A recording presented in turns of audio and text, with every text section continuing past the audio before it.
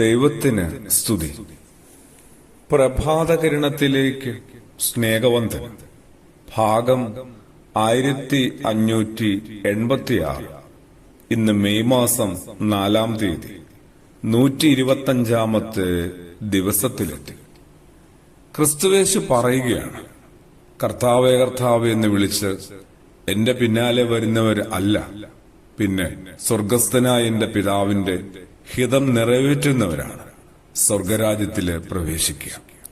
വിശുദ്ധ മത്തായി ശ്ലീഹായുടെ സുവിശേഷം 7-ാം അധ്യായം 21-ാമത്തെ തിരുവചനത്തിലാണ് യേശു ഇങ്ങനെ തന്റെ ആ വലിയ നയം വ്യക്തമാക്കുന്നത്.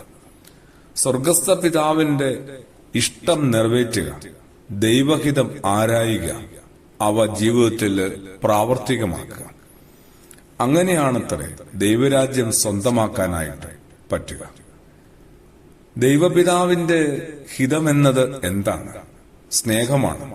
അതും കളങ്കമില്ലാത്ത സ്നേഹം, നീതിയിൽ അധിഷ്ഠിതമായ ഒരു ജീവിതം. ദൈവത്തെയും സഹോദരങ്ങളെയും സഹജീവികളെയും കളങ്കമില്ലാതെ, കാപട്യത്തിന്റെ മുഖംമൂടിയില്ലാതെ സ്നേഹിക്കുവാനായിട്ട് പറ്റുമോ? അതിൽ പരം നന്മ പ്രവൃത്തി വേറെ ഒന്നുമില്ല. കുടുംബത്തിലും സുഹൃത്ത് ബന്ധങ്ങളിലും ജോലി സ്ഥലങ്ങളിലും ആത്മാർത്ഥമായ സ്നേഹത്തോടും കരുതലോടും കൂടി ചില മനുഷ്യർ കടന്നു വരുന്നില്ലേ? അവരിൽ വസിക്കുന്ന ദൈവത്തിന്റെ ആ ഒരു വരപ്രസാദം നമ്മളും രുചിച്ചറിഞ്ഞിട്ടുള്ളവരാണ്. അങ്ങനെ ആവണം നമ്മളും. എവിടെ ഏത് സാഹചര്യത്തിൽ വെച്ചും ആ ദൈവം നമ്മളെ തിരിച്ചറിയും. ദൈവത്താൽ തിരിച്ചറിയപ്പെടുന്ന ഒരുവനായി നമ്മളും മാറും.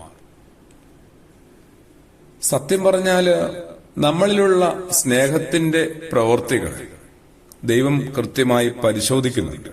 അതിൻ്റെ ഉള്ളിൽ എന്തുമാത്രം നീതിബോധമുണ്ട്, എന്ത് ഭാവം കൊണ്ടും മനോഭാവം കൊണ്ടുമാണ് നമ്മളിതെല്ലാം ചെയ്യുന്നത്. സൽക്കർമ്മങ്ങളും ജീവകാരുണ്യ പ്രവർത്തനങ്ങളും ശുശ്രൂഷകളുമൊക്കെ പേരിനും പ്രശസ്തിക്കും വേണ്ടിയാണ്.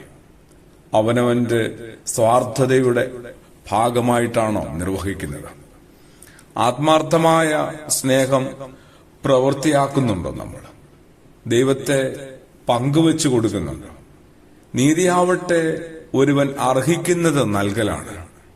നമ്മളാവട്ടെ പലരും അർഹിക്കുന്നത് നിഷേധിക്കുന്നുണ്ട് വളരെ സൂത്രത്തില്.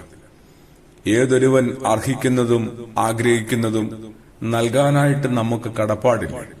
ദൈവത്തെ പോലും മറ്റുള്ളവർക്ക് നൽകാനായിട്ട് ഉത്തരവാദിത്വം ലഭിച്ചവരാണ് നമ്മൾ. ദൈവികതയെ നമ്മൾ പങ്കുവെച്ചേ മതിയാവും. ഞാൻ നീതി പ്രവർത്തിക്കുന്നവനും ദൈവത്തെ അറിയുന്നവനും ഒടുവിൽ ദൈവത്തിന് പ്രിയപ്പെട്ടവനുമായി മാറും. അങ്ങനെയാവുമ്പോൾ അവിടുന്ന് എന്റെ പേർ ചൊല്ലി വിളിക്കും. സന്തോഷത്തിന്റെ അനുഭവത്തിലേക്ക് നീ പ്രവേശിക്കുക എന്ന് പറയുന്ന യേശുസ്വരം കേൾക്കാനായിട്ട് എനിക്കും മഹാഭാഗ്യമുണ്ടാവും. പ്രാർത്ഥനയോടുകൂടി ആമേൻ.